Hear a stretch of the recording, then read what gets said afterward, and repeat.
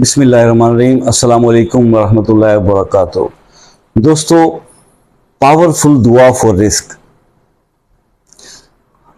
صحیح مسلم شریف کی حدیث ہے، حضور پاک صلی اللہ علیہ وسلم کی بتائی ہوئی ایک دعا رزق کے لیے۔ آپ کو پتہ ہی ہے کہ جب ہمیں کوئی پریشانی آتی ہے، جب کوئی مشکل آتی ہے، جب کوئی تکلیف آتی ہے، تو ہم کیا کرتے ہیں؟ تو ہم اللہ سے دعا کرتے ہیں،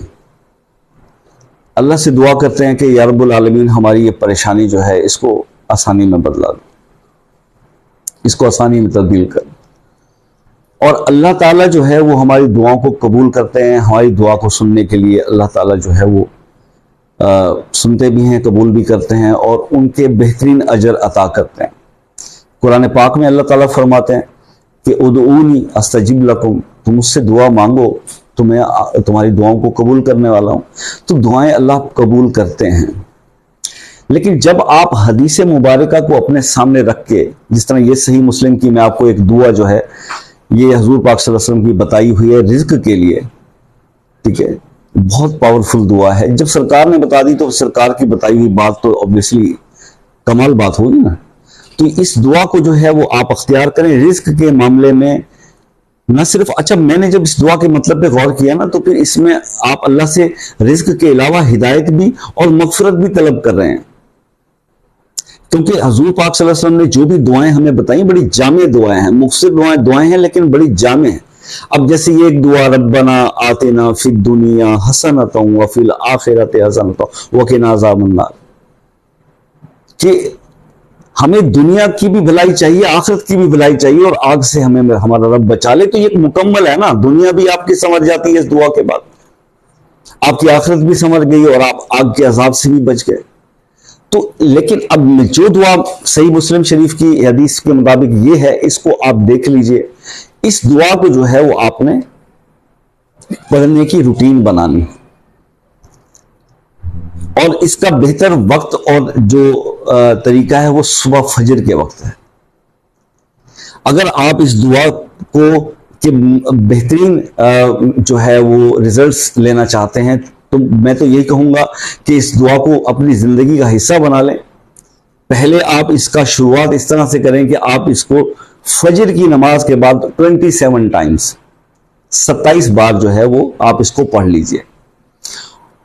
تو آپ اس طرح سے شروع کریں، اور یہ ایک دو دن 3 دن جب آپ کریں گے نا، اب آپ بے شک یہ 11 دن اسی طرح سے کر لیجئے، فجر کی نماز کے بعد 27 بار۔ لیکن یہ 40 دن کا عمل ہے، لیکن میں آپ کو یہ بتلا رہا ہوں کہ اگر آپ یہ دعا اس طرح 11 دن پڑھتے ہو، پھر آپ کی زبان پہ یہ چڑھ جائے گی نا، چھوٹی سی دعا ہے، آپ کو یاد تو ہو جائے گی نا 1-2-4 دن میں، تو پھر آپ اس کو ہر نماز کے بعد یہ پڑھا کریں دعا مانگنے سے پہلے۔ جب نماز پڑھنے کے بعد ہم دعا مانگتے ہیں، وہ کوئی قبولیت کا ٹائم ہو سکتا ہے، تو آپ وہ دعا اس دعا کے ساتھ مانگنے سے پہلے یہ دعا بھی مانگا کریں، لیکن آپ کو یاد ہو جائے گی 7 بار 3 بار 7 بار 5 بار یہ دعا بھی مانگ لیا کریں۔ اس میں کون سی آپ کی زیادہ محنت لگ رہی ہے؟ تو یہ اس دعا کو مقصد کہنے کا یہ تھا کہ اپنی زندگی کا حصہ بنائیں۔ یہ چھوٹے موتی ہیں، جب ان موتیوں کو آپ اپنی زندگی کے اندر پروتے جائیں گے تو یہ بہترین خوبصورت سا ہار بن جائے گا، اور آپ کی زندگی میں نکھار پیدا ہو جائے گا، آپ کی زندگی میں سکون آ جائے گا۔ وہ اکثر دیکھیے ہم تو بحث میں پڑ جاتے ہیں نا، مفت کی بحث میں۔ بھائی میں تو سمپل ایک بات جانتا ہوں، میں کسی بحث میں جاتا نہیں ہوں کہ یار بات یہ ہے کہ اگر اللہ کے نبی نے کوئی عمل کرنے کے لیے بتا دیا تو اس پہ منوان آنکھیں بند کر کے عمل کر دینا چاہیے۔ دیٹ از دا مطلب ایک مسلمان کا یہ ہونا۔ تو چونکہ سرکار نے جو بھی کام بتا دیا، ہم نے اس کو اپناتے جانا ہے، اس پہ عمل کرتے جانا ہے، اپنی زندگیوں کے اندر اس کو شامل کرتے جانا ہے، کیونکہ اسوہ حسنہ پر چلنا ہی، حضور کی سنتوں پر عمل کرنا ہی، اسی میں ہی فلاح ہے، اسی میں ہی بہتری ہے ایک مسلمان کے لیے، اس دنیا کے اندر بھی اور آخرت کے اندر بھی۔ رسول پاک صلی اللہ علیہ وآلہ وسلم کی زندگی کی پوری طرح سے ہمیں اتباع کرنی چاہیے۔ ہر عمل جو سرکار دو عالم صلی اللہ علیہ وسلم نے تعلیم فرمایا، جو احادیث کے ذریعے ہم تک پہنچا ہے، اس پر زیادہ سے زیادہ عمل کرنے کی کوشش کرنی چاہیے۔ اب اکثر دوست نا اس بات کو لے کے بیٹھ جاتے ہیں،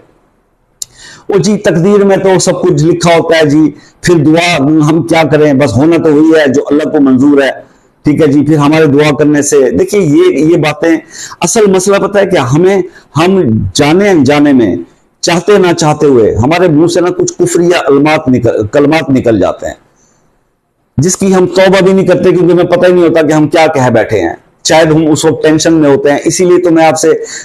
لاسٹ ویڈیو میں بھی جو میں نے کل بنائی تھی عرض کر رہا تھا کہ یار پریشان ہونے سے پریشانی ختم نہیں ہوتی، الٹا آپ اپنا ذہنی کنٹرول، دماغی کنٹرول کھو بیٹھتے ہیں، اور پھر آپ کو پتہ نہیں ہوتا کہ آپ غصے میں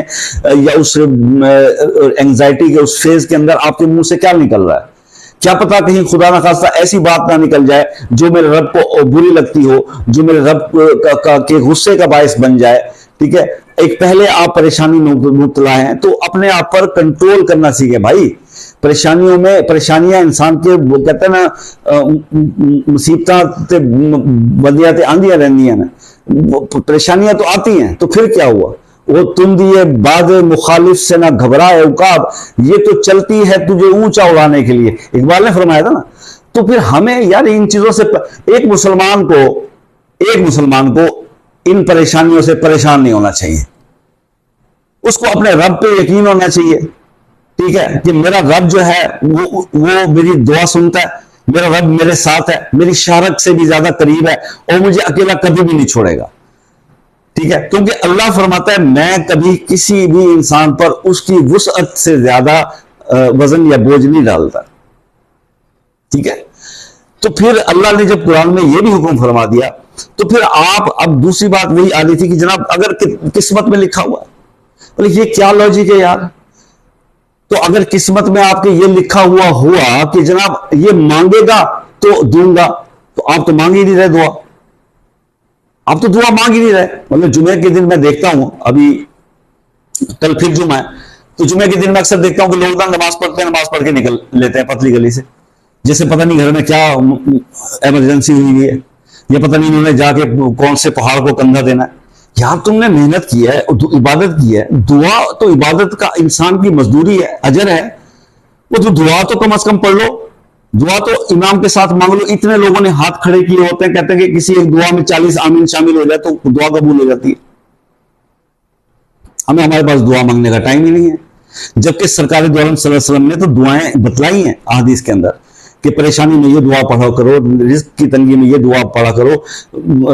راستہ بھول جاؤ یہ دعا پڑھو، ہر چیز کی دعائیں بتائیں۔ آپ احادیث کا مطالعہ تو کریں،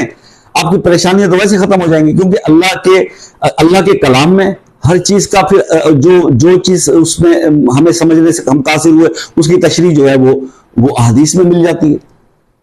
تو قرآن سے رہنمائی لیں، حدیث سے رہنمائی لیں، علماء کرام سے مشاورت کریں، اپنے دین کو سمجھنے کی کوشش کریں، خود سے چیمپئن بننے کی کوشش نہ کریں، خود سے نہیں۔ اور میں حقیقت بتا رہا ہوں کہ اگر آپ کو ادھر ہم یوٹیوب پر بھی کوئی چیز بتلا رہے ہوتے ہیں یا آپ دیکھیے، تو اس کے بارے میں بھی آپ اپنے نیئر بائی کسی مفتی سے کنفرمیشن کرنے کے بعد ہی کوئی عمل کر لے تو کوئی حرج نہیں ہے بھائی، کوئی حرج نہیں ہے۔ ہم نے ساری زندگی خود علماء کرام کی عزت کی ہے، ان کے قدم، ہم تو ان کے قدموں کی خاک کے برابر بھی نہیں ہے بھائی، ہم سے بڑی بڑی ہستیاں اللہ کے کرم سے پڑی ہوئی ہیں، ہم کیا چیز ہے ان کے سامنے۔ جمعہ 8 دن ہوئے ہم چینل پہ اور وظیفے بتائے تو ہم کوئی چیز بن گئے؟ نہیں بھائی، آپ ان سے مشورہ کر سکتے ہیں، ہم نے آپ کو رہنمائی کر دی،